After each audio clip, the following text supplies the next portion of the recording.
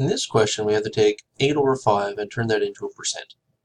So first of all, we should look at 8 over 5 and determine what kind of fraction we're talking about here. Well, 8 over 5 is an improper fraction. So what I'm going to do first is I'm actually going to convert this to a mixed number.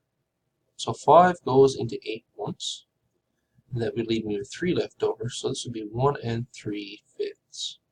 So anytime we see 1, we know the 1 represents a whole, or 100%. Next, we have to deal with the 3/5. When I'm talking about 3/5, oftentimes with percentages, we like to have them over 100. So, is there anything I can multiply 5 by to make it 100? And the answer is that I can multiply it by 20. So I'm going to multiply the bottom here by 20, and I'm going to multiply the top here by 20.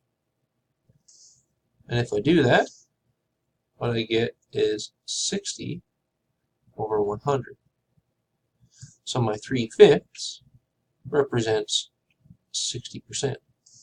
So if I take those two and combine them, then I get a total of 160% being represented by 8 over 5.